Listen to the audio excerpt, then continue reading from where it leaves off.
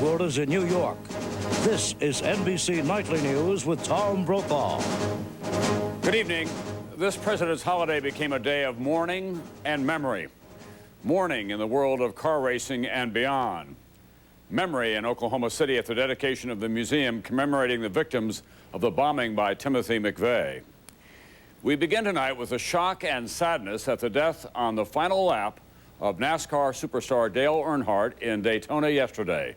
It was the racing equivalent of losing Michael Jordan or Joe Montana, except Earnhardt dominated his sport much longer than either of those men. NBC's Kerry Sanders tonight in Daytona. What's the latest there? Well, Tom, stock car racing is a dangerous sport, but deaths like this are still rare. Dale Earnhardt is the first driver ever killed in this race, and the Daytona 500 has been around since 1959.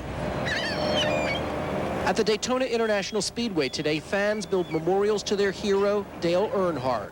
The 49-year-old legend, nicknamed the Intimidator because of his aggressive style behind the wheel. The three cars out. Oh, big trouble. Big wreck behind them. Killed when his car slammed into the concrete wall less than 1 mile from the finish line.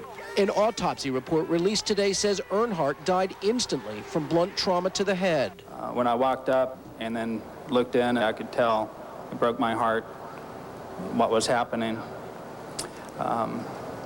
This morning, NASCAR officials inspect the crash scene. Later, race organizers say nothing could have prevented this high-speed wreck.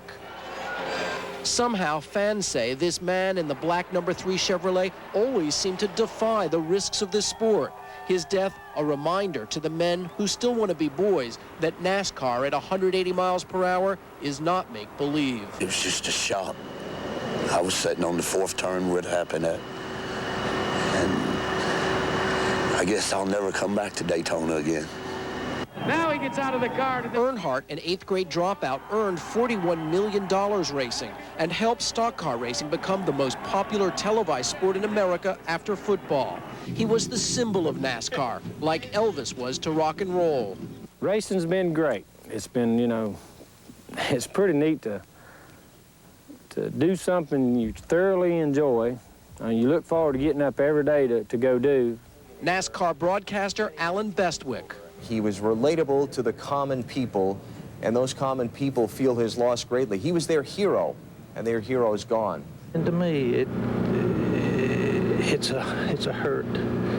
It's in your heart, and it'll always be there. Dale Earnhardt is survived by his wife and 4 children. His son, Dale Jr., is also a stock car racer. He came in 2nd place in yesterday's race. He was just in front of his father when car #3 crashed. Tom? Thanks very much, NBC's Kerry Sanders tonight. This crash, of course, once again raises the safety issue in a dangerous sport full of tough competitors.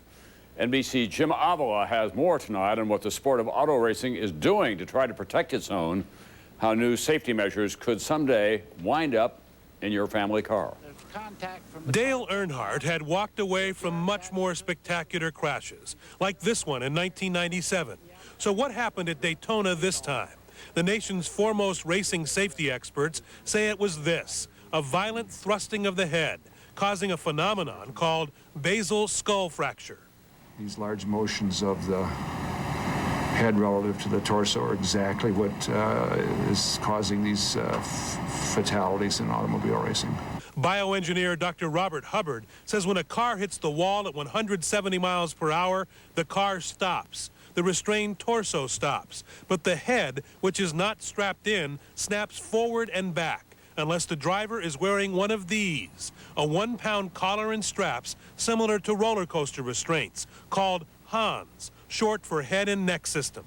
From our research and our experience with other drivers, it's pretty clear that the HANS device would have helped him and may have saved his life.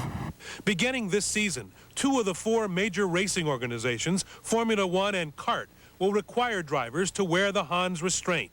NASCAR only recommends it, despite evidence that no driver wearing HANS has ever died or even suffered severe head and neck injuries. This week, Daytona drivers were shown this video demonstrating that with the device on, the head is kept from slamming against either the steering wheel or the driver's chest. This weekend, 21 HANS devices were standing by in the Daytona pits, but only a few drivers wore them, not Jeff Burton. The negative is that a man could burn up inside his car because he can't get out. But the experts say fire is not the main danger on the track. In fact, the last 16 deaths have been from head injuries, and in passenger cars too. Head injuries, the leading cause of traffic accident deaths. There can be complete separation of the skull from the upper aspect of the spinal cord, and in effect severing the spinal cord. Total head injuries, 44,000 in passenger cars a year, 8,000 deaths on the road, compelling safety engineers at the leading automotive companies to develop inflatable curtains, smart airbags, and whiplash prevention seats, all focused on the damage done by the violent deceleration of a moving car. And the racing industry to test for softer walls by dropping cars from poles while trying to convince its drivers to use the life-saving tools already available. Jim Avila, NBC News, Chicago.